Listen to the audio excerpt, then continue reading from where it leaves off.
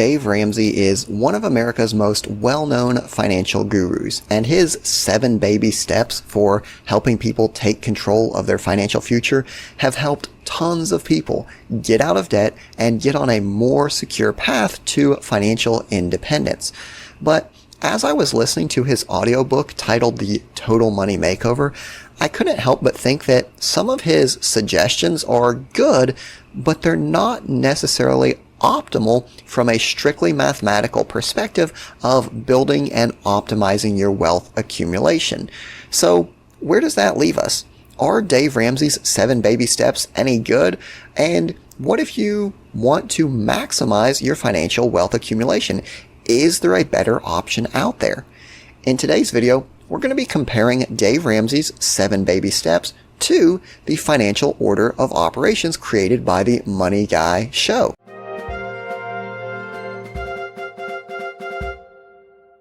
Hey everyone, and welcome back. I am the Part-Time Economist, and in today's video, we're talking all about Dave Ramsey's 7 baby steps for building wealth, and we are comparing that to the Money Guy show financial order of operations. So, as someone that loves personal finance, this is something that I get a huge smile on my face to talk about, but I want to be very clear. This is not financial advice. I'm not telling you what to do with your money. I'm just sharing some things that I found interesting, as well as pointing out the differences between 2 different methods of achieving the same goal. And that's really where I see the difference between Dave Ramsey's method and the Money Guy show. So just to give some context as to why I'm making this video, I'm a finance nerd.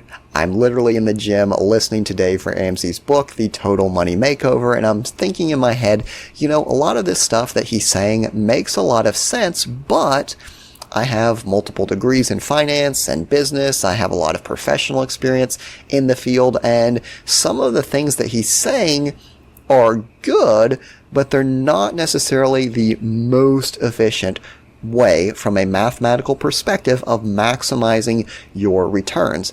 So at first I was thinking, why would people listen to this if there's a better, more efficient way?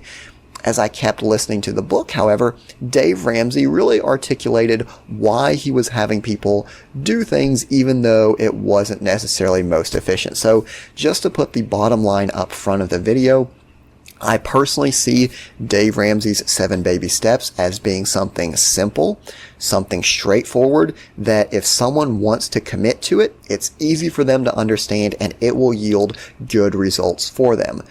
If you're someone that is a total finance nerd, you have an incredible level of self-discipline, you want to squeeze every penny out of your investments, there are more efficient ways of doing that. So in today's video, let's compare these 2 methods. So Dave Ramsey's 7 baby steps are completely focused, number 1, I would say, on helping you get out of debt and stay out of debt.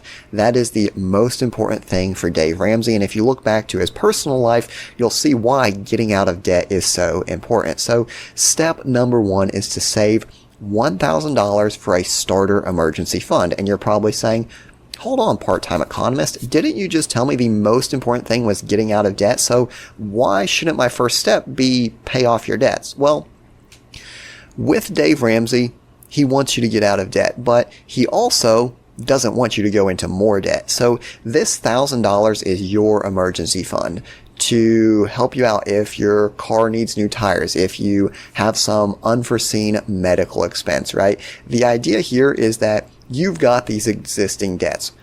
We can't pay them all off right away, but what we can do is prevent ourselves from going into more debt. So step 1, build up this $1,000 buffer so that if something happens, you at least don't take out more debt. Now that you've got this $1,000 buffer fund, step number 2 is to pay off all debt except the house. So we're going to do this using something known as the snowball method. And this is the first point where I disagree with Dave Ramsey, but I understand why he's recommending this. So with the debt snowball method, what he wants you to do is basically list out all your debts from smallest to biggest. And what you're going to do is you are going to pay that smallest debt off first. So let's say you have $100 at a 5% interest rate because you weren't able to pay the dentist for your most recent cleaning.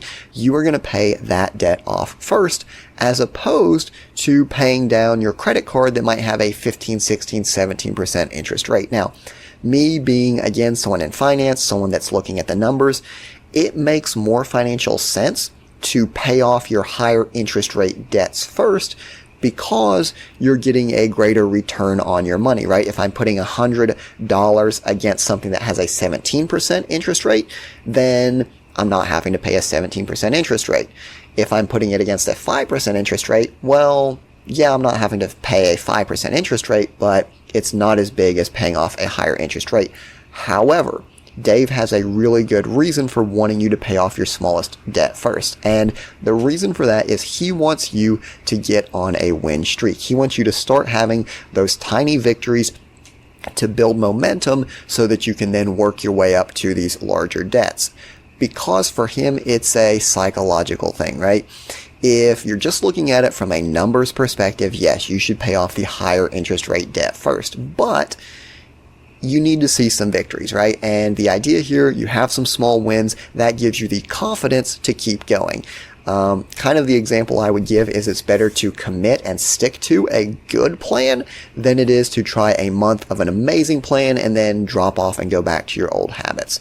Step 3, we're going to save 3 to 6 months of expenses in a fully funded emergency fund. So step 1 was the $1,000. We start paying off these debts. We get out of debts. Now we are a 3 to 6 month emergency fund. And you're saying, why am I just building up a pile of cash in an emergency fund? Shouldn't I be investing so I can earn 5, 10, 12% interest rate?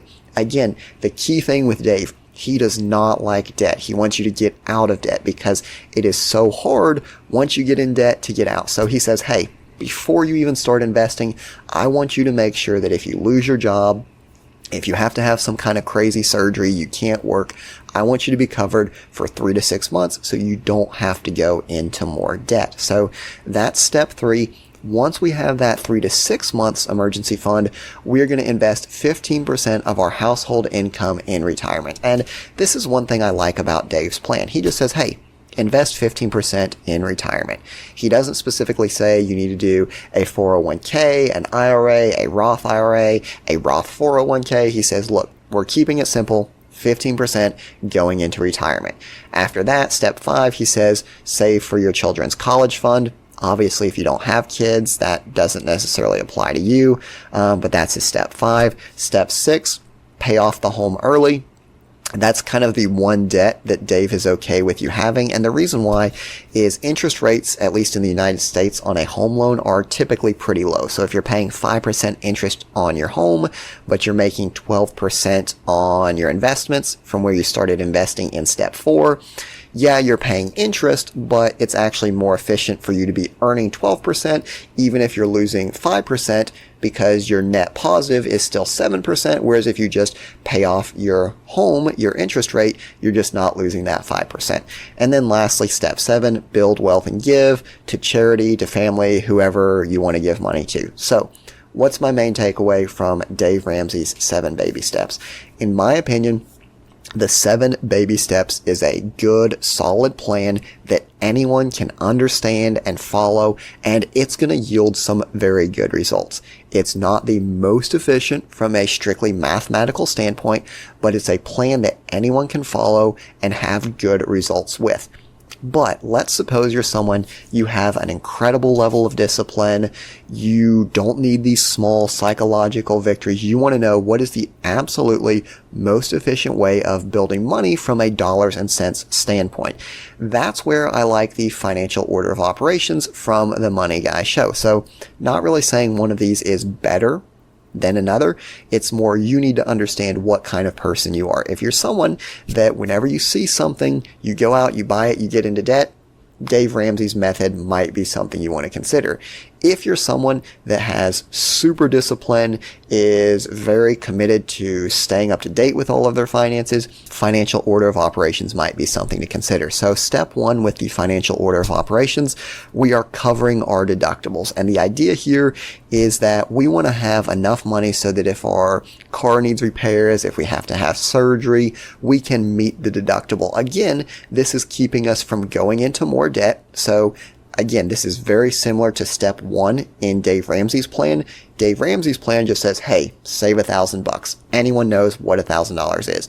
This one, financial order of operations, doesn't put a dollar value. It says you need to go out and know what your deductibles are and then be able to cover them so that you don't go into debt for these unexpected expenses. Again, you can kind of see how financial order of operations is maybe more efficient, but requires a little bit more research on your part. You've got to know what those deductibles are.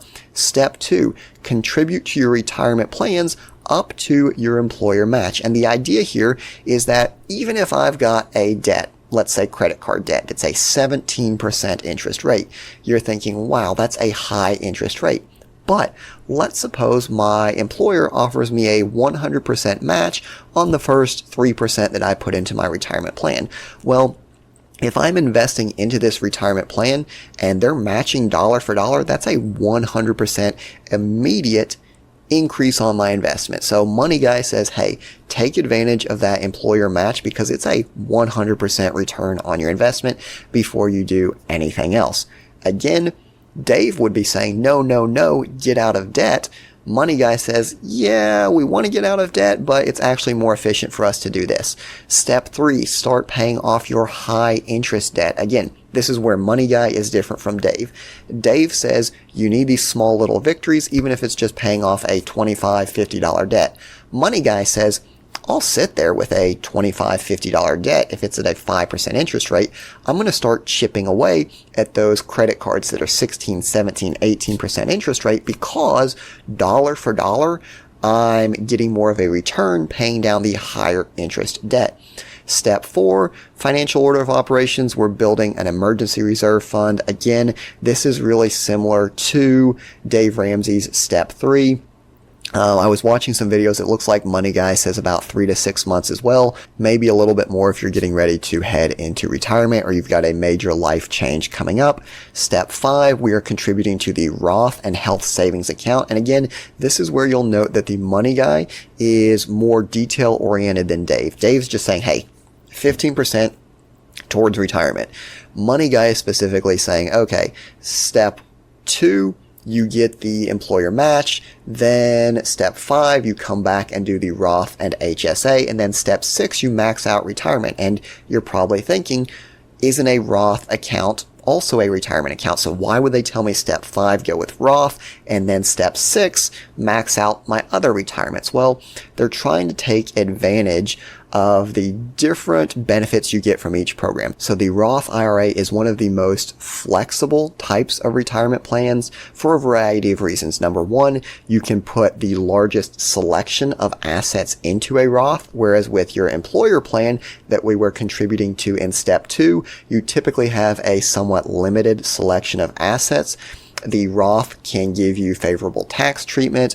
There are no minimum required distributions from the Roth. So the Roth just gives you a lot more options than what your employer plan probably does. But again, we're talking from a dollars and cents perspective. All of those benefits don't offset a 100% interest rate. So that's why we are contributing first to the employer match. Then we're coming back to take advantage of the benefits of the Roth. And then once we've maxed out the Roth, we're moving on to other retirement plans. So maybe after getting that 3% match on the employer plan, then maxing out the Roth, we actually come back and finish contributing up to our limit with the 401k. So really, again, detail oriented there, but trying to be very efficient and take advantage of every little penny that we can with these different types of programs that are set up for us. Step 7, hyperaccumulation. I watched the video on this and I didn't really see a whole lot of detail around what hyperaccumulation is, other than just really making sure you're putting your money in the right structures, the right retirement vehicles. So do I want to fund my Roth? Do I want to fund my 401k? Just really optimizing from a tax perspective. Step 8, prepaid future expenses. So again, things like college tuition. And then step 9, we are paying off the low interest debt. So again, when we're looking at both of these, I think there is a lot of similarities, but my key takeaway here is that they are really designed for people that are looking for two completely different types of things. So obviously, anyone that's following either of these plans is trying to be more financially secure, but they're designed for two different audiences. Dave Ramsey. If you're someone that's not super into finance, you want a simple, solid plan that's going to give you results and is easy to understand, that's what Dave Ramsey's plan is designed for, and you can get some pretty good results with it. If you're wanting to maximize every single penny and you're wanting to allocate things in the most efficient way, I see the Money Guy financial order of operations being more aligned with that goal. Again, I'm not telling you which one to do if you want to do any of them at all. I'm more making this video because I see people that love Dave Ramsey's plan, and then I see people that really just say it's trash, it's garbage, why would anyone ever do something other than what is most 100% efficient? And the reason is because maybe it's easier to stick to, right? Maybe going on a completely raw vegan diet would be the best diet ever, but people can't tolerate that for more than a week. So maybe just having a healthy, balanced diet is better than junk food every day, right? That's kind of a analogy or an example that I would like to give. And we see that with other things as well. The Money Guy show, they let you use credit cards, right? Because their idea is, hey, you can get these bonus points, you can get cash back. As long as you can control yourself and pay off your bill, this is the most efficient way.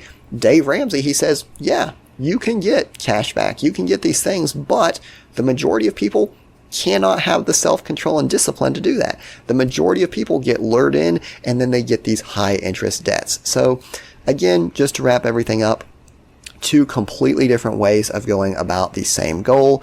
Obviously, I did my best to explain the two positions, but if you want more detailed information, it's best to go straight to the source. You can go to Dave Ramsey's website, the Money Guy website, to see their positions outlined in a whole lot more detail. As always, I do appreciate you watching. I hope you found the video useful, and I'll see you next time.